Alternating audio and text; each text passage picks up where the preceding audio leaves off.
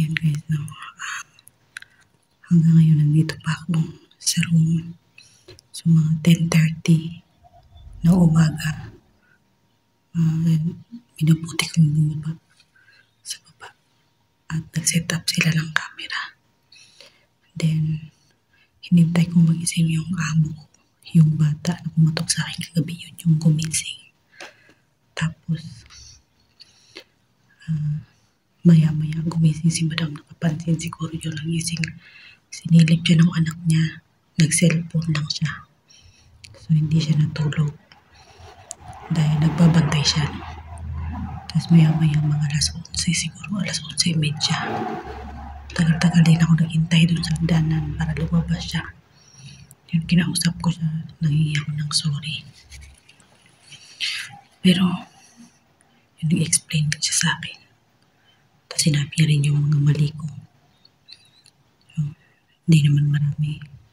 Pero, kunti lang naman. Like, nakulayan daw yung damit ng anak niya. Hindi niya raw sinabi sa akin. Nakulayan. Wala naman akong naalala na may nakulayan ako. Tapos, sabi niya, nung nilinis ko yung oven niya, nung nilinis ko yung oven niya, may gas-gas daw.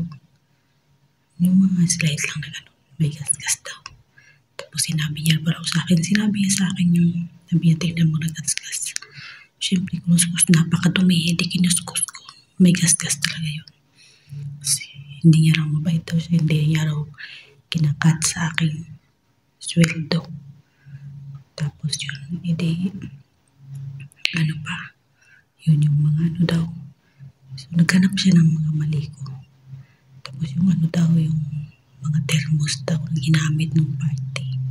Hindi raw ganun kalinis. Paano linisan yun? Sinabi sa akin lahat daw ng thermos. Huwag daw linisan sa labas, sa loob lang. Di syempre, huwag daw basahin sa labas. Ang hirap kayo maglinis ng huwag basahin sa labas. Di syempre, mabasa talaga yung dali-dali kong pinunasan. Hindi ko na sinilip. Siguro may naiwan na tea doon. Yung mga dahon-dahon ba. Tapos yun lang naman yung mali na sinabi niya. Tapos hindi na daw siya nagsasalita kasi baka makagalit daw ako. Tapos pag lumabas daw sila, hindi daw siya magkanta lang pa sa mga bata sa pag-aalaga sa mga bata, mga anak niya sa labas. Tapos, mas minabuti na daw niya na dito lang ako sa bahay, hindi na ako dalhin, baka magalit ako.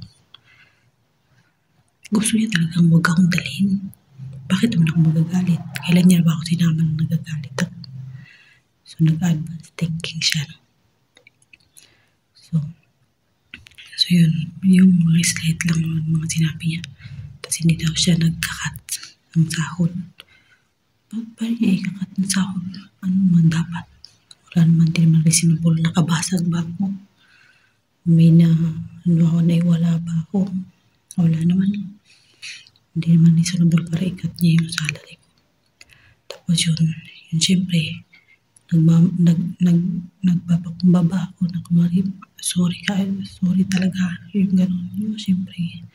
Pero, sa lahat ng ginawa kong pagsasalita sa pag-uusap namin, never kong na-feel, guys, na magbago yung isip. Talagang desidido akong umalis. Sinasabihan niya ako ng ang bait-bait nila. Sabi ko rin naman mabait sila. Okay yung bahay, yung pamalakad. Okay daw yung tulog ko, okay daw yung bahay, okay daw sila, okay yung mga bata, okay daw yung pagkain. Tapos yun, siyempre, huwag na nating i-big deal pa yun. Dahil alam ko naman sa sarili ko. Sabi niya, ano daw ang mali niya? Ako daw ba ang amo at siyang katulong, di raw maintindihan. So, siyempre, kung feeling niya, wala siyang mali. Wala akong mali doon. Para ano ba?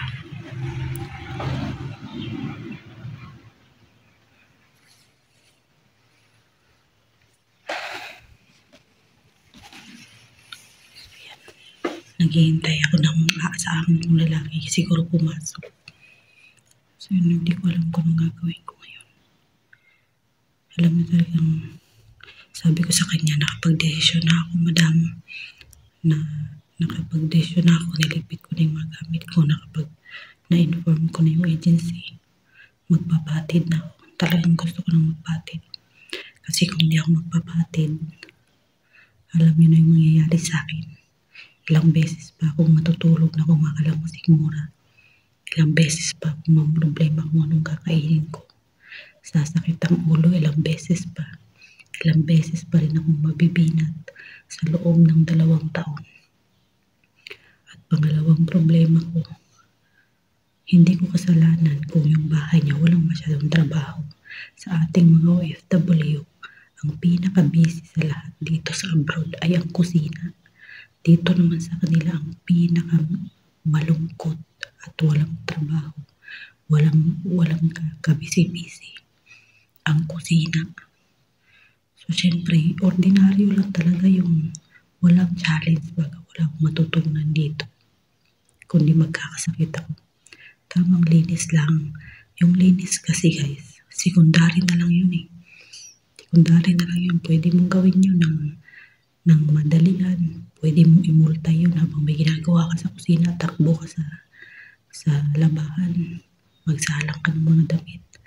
Pwede mong imulta itas sa sobrang busy mo. Ganun. Dito, bored ang life. Walang challenge. Yun. Mag-iisip ka kung paano mo a-adjust yung oras mo para maabot mo yung 12 hours sa maghapon na hindi ka maubusan ng trabaho. Ganun. Siyempre, hindi po pwedeng imultay-multay. Hindi mo pwedeng doblehin yung kilos mo. Kaya talagang makikita yan sa akin. Alalay lang talaga yung kilos ko. Hindi ako nagmamadali. Marunong akong magmadali. Marunong akong mag-multitask. Marunong din akong magmahinhin. Kasi nga, ang laba, once a week. Sasabihin niya pa lang. Depende kung once a week, kung gusto niya nang magpadaba, minsan wala. So, ang palansya, depende rin sa importante lang plansyahin. Sasabihin niya rin sa'yo kung anong paplansyahin lang. O nagmamagandang loob na nga lang ako kahit mapambahay, tsaka panlakad. Kahit hindi naman kailangan plansyahin. Para lang may trabaho ako, pinaplansya ko na. Ganun. Tapos yung first floor, once a week lang din linisin. Kayang linisin ng half day yun. Kahit 3 oras, kayang linisin kung marunong kang magmadali at imikos-mikos mo lang. Linisin mo lang yung dapat.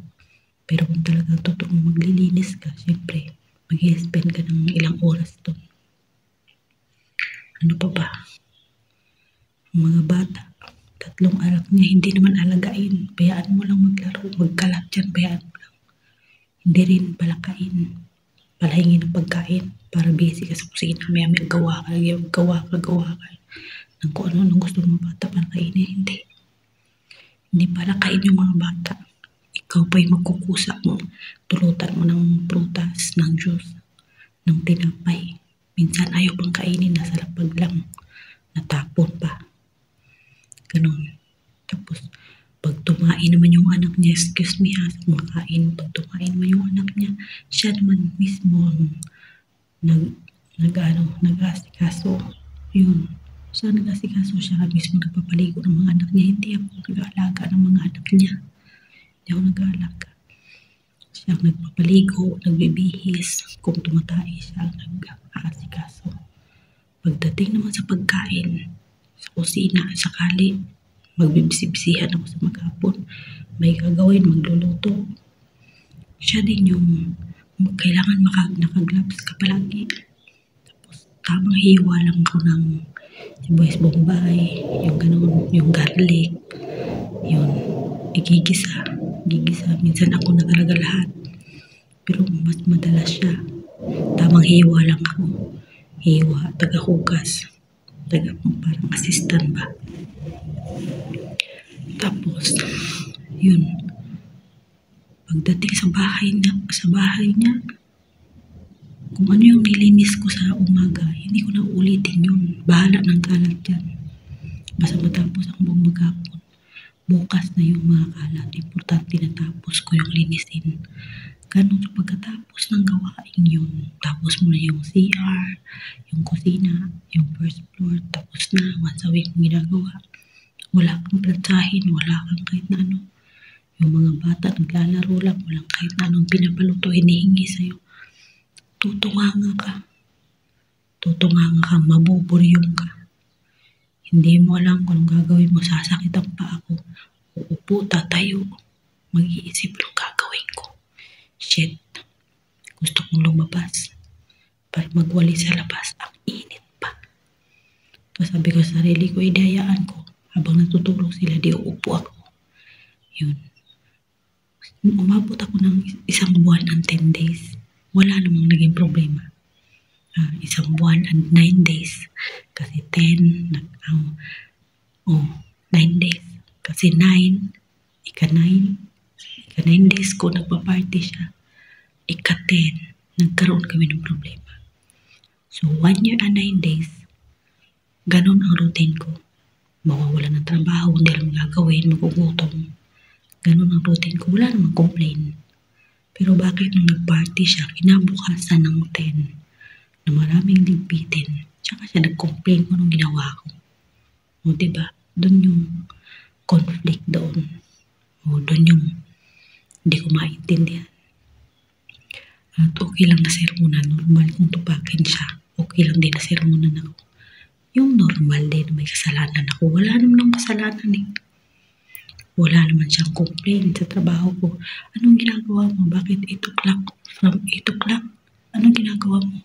Bakit ito marumi? Bakit yan marumi? Bakit ito hindi mo ito nilinis? Bakit yan? Wala naman eh. Wala naman. Yun lang labas na yun doon. Yun lang sa labas lang. Kinumplain niya sa akin. Samantalang sinabi ko na lilinisin ko, ayaw niya ipalinis kasi gusto niya maglaba.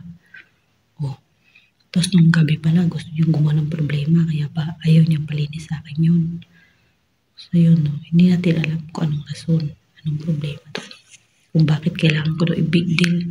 Big deal yun kasi hindi ko na duty. So magpapahinga na ako. Bakit ka tatawag at maghanap ng problema? Okay lang, talagang may kasalanan ako. Hindi ko nilinis, hindi ko pinagpaalam sa iyo na madam, linisin ko muna ang labas bago ako maglaba. O di sana kung pinaglinis niya ako, hindi sana malinis, walang naging problema. Hindi niya ako pinaglinis. Kaya siguro dahil gusto niyang gawan ako ng problema. So yun yung problema daw. So yun, mag-alas 12 na o alas 12 na yata. Siyempre, sinarado niya, may camera silang set up doon. Pagbaba mo ng hagdanan, nakatutok ang camera. Para siguro hindi ako tumakas. So ano pang gagawin ko, magnakaw ba? Sinarado nila yung kusina. So lahat nakalak.